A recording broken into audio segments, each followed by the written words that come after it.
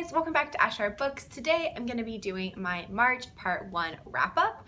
So it's almost the middle of the month and I've already read about 6 books, which is typically a good amount to go ahead and talk about. So I thought I would talk about them today. The first book I read this month was Rookie Move by Sarina Bowen. This is my first Sarina Bowen book and it's the first book in the Brooklyn Bruisers series.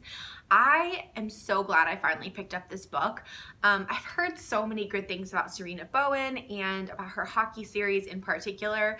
I believe she also has a series that actually takes place before this called the Ivy League series.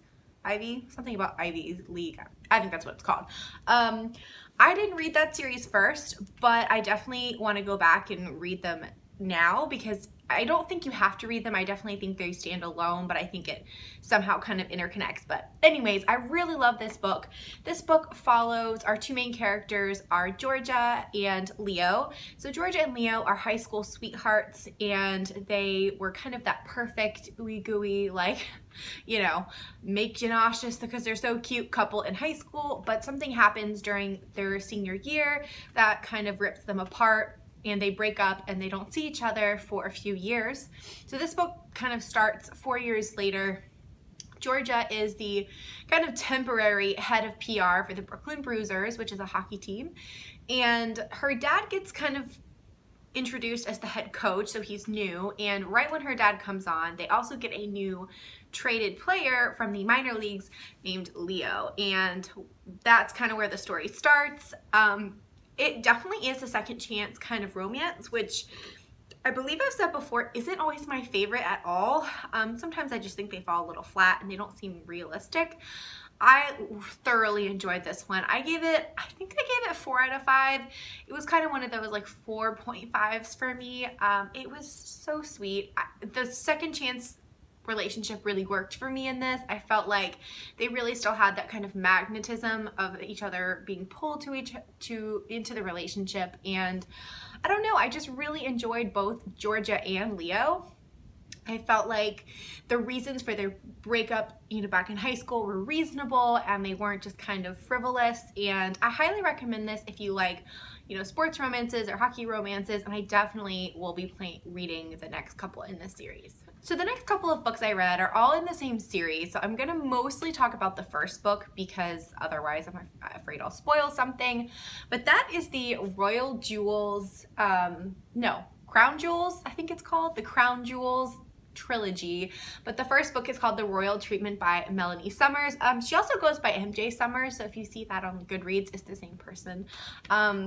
This was so cute. So I read all 3 books in the series, but this one's the first one, and I gave this one 5 out of 5 stars. It was adorable. I believe a couple of you guys actually suggested this to me when I did my royalty recommendations video a few months ago, and I kept seeing this one around. It was only like 99 cents, and actually it's in Kindle Unlimited now, so I actually read the rest through that for not really free. I mean, you are paying for it, but you know what I mean. It's part of that program.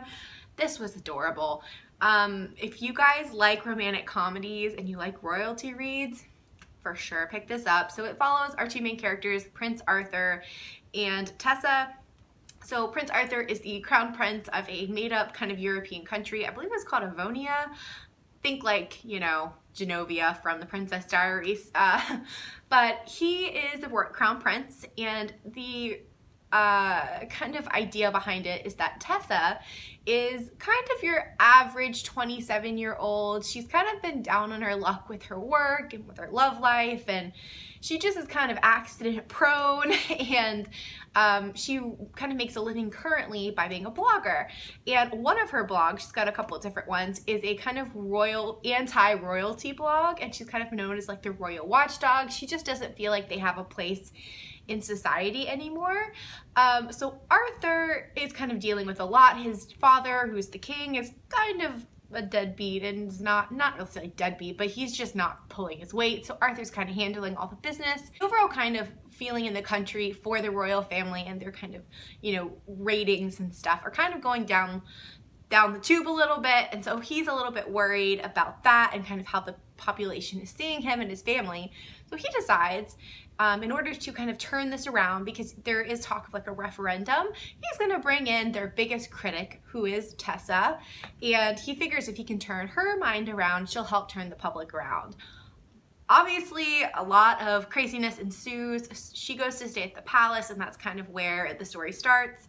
It was adorable. It was so funny. Tessa is like my spirit animal or something. She is so clumsy.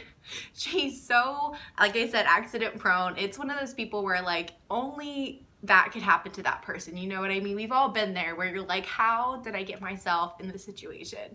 But I just loved her. I felt like she made mistakes, but I liked that she really did figure that out and kind of owned up to them. Her family plays a really big role in this as well, and so does Arthur's family. Arthur was the perfect Prince Charming with the, like I said this in my Goodreads review, with enough flaws to make him seem like plausible, but not too many flaws that he still definitely kind of filled that Prince Charming role really well. So like I said, I gave this 5 out of 5. I highly recommend if you love romantic comedies and royalty reads like I do. The next 2 in the series are already out, so the trilogy is complete.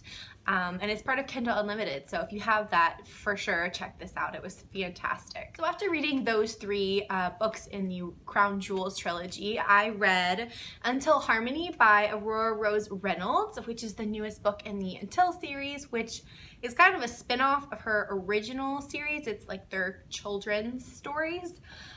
This one was my favorite one, I think, of the Until series.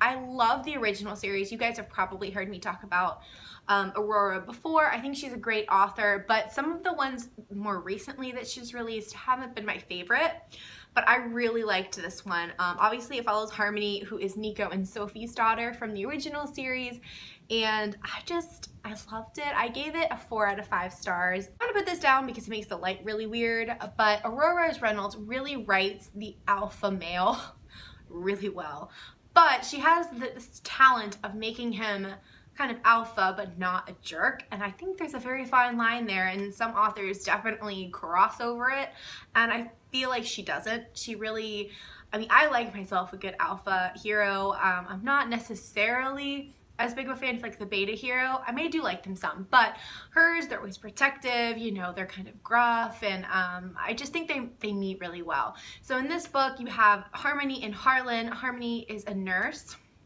and she moves to town, and Harlan she had met previously, but they're just kind of friends, and it basically just follows their relationship. I mean, I will say there wasn't anything too unique about their story. It was kind of what you'd maybe expect, but I still had a really good time reading it regardless. And I'm more of a character reader anyways, and I really liked Harlan and Harmony, so that's why it got 4 out of 5 stars for me. And the last book I read so far this month was actually an audiobook, so I don't have it with me, but that was Splendid by Julia Quinn. And this was a separate book from The Bridgertons by Julia Quinn. You guys know I really loved reading The Bridgertons. This one I didn't know until after I read it, but it's actually, I believe, either the first or one of the first books Julia Quinn wrote. And there are some things I can tell it was maybe a little bit earlier in her writing career, but I really enjoyed it. I gave it 5 out of 5 stars. It might be more like a 4.5, but we're just gonna round it up to 5 because I really enjoyed the audiobook. I had a road trip, and so I downloaded it from Overdrive, and it was a very pleasant audiobook. I liked it a lot. I thought the narrator was really great. She really kept you captivated, which is always what I'm looking for in an audiobook. So Splendid follows our 2 main characters, which are Alex and Emma. Emma is an heiress to a shipping company, and she actually is from Boston. So in the beginning of the book, she's in Boston with her father, who's raised her, but his family is from England. So in the beginning of the book, he tells her, I think it'd be a good idea for you to, you know, go spend some time with your aunt and uncle and your cousins, who she's very close with, and kind of see how that goes. And of course she's like, are you trying to marry me off, Dad? And he says no, but I mean, maybe. But Emma is a great main character. She really wants to take over the shipping company. She's great at math. She likes to do the bookkeeping, which is pretty unusual for that time, and especially women in that time, like a lady to do that. Then our hero of the story is Alex, and he is kind of your typical kind of elusive bachelor, doesn't really like attending any of the balls or anything, and kind of just, he knows he'll eventually have to get married, but he's only, I think he's like 29 in the beginning of the book, so he doesn't really think he needs to do it right now. Now, Emma and Alex have a really cute meet cute in the beginning, so I'm not going to tell you because you can read it, but it was funny and it was sweet and I really enjoyed it. I just think Julia Quinn does such a good job with making you feel so like warm and cozy with her books. I loved it. She also does a really good job with families. Both Emma and Alex's families play a really big part in the story, and the side characters are always really endearing.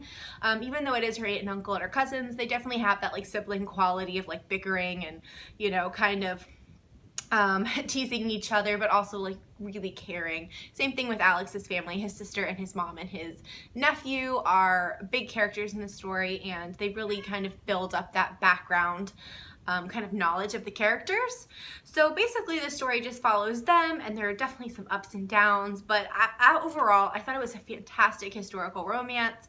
I'm definitely going to continue on in the next, it's called the Blyden series, and I think there's 3 books in that series. The next one follows her cousin, Belle, and there were a few things that I could probably have taken maybe some points off for. Like, there were a few phrases that were repeated a few times. I may not have caught it if I wasn't listening to it on audio, to be honest. And then there were a few things with the character, particularly Alex's character, where I did get a little frustrated at some points with him and the both of them, you know, kind of feeling like they could have solved this problem if they just talked to each other. But overall, I still really loved it and it was so enjoyable. So if you like Julia Quinn but haven't read this one, I definitely recommend Splendid. It was very good. So briefly, I was just going to mention the book I am currently reading is a reread, and that is Kiss the Sky by Krista and Becca Ritchie, which is part of the Addicted / Calloway Sisters series, and I just really had the craving to reread them, but I probably won't read all of the books in that series because there are like 8 of them, and I don't know if I have that much time, but I am going to pick a few. I really wanted to read Rose and Connor's books and Reich and Daisy's books. Not that I don't love Lily and Lo, I do. I just, I feel like I remember their story a little bit more, and I really want to read the other ones, and I want to get to their new series, which is the Like Us series, which is kind of why I'm rereading this series. So yeah, that's what I'm reading currently. There are a few other historical romances I want to get to this month, and I also really want to read Destroy Me by Tahereh Mafi, but I feel like I need to reread the Shatter Me trilogy, so there might be a lot of rereading going on for the rest of March. We'll have to see.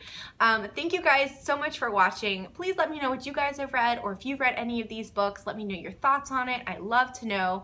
Thank you guys so much, and subscribe if you'd like to. Bye!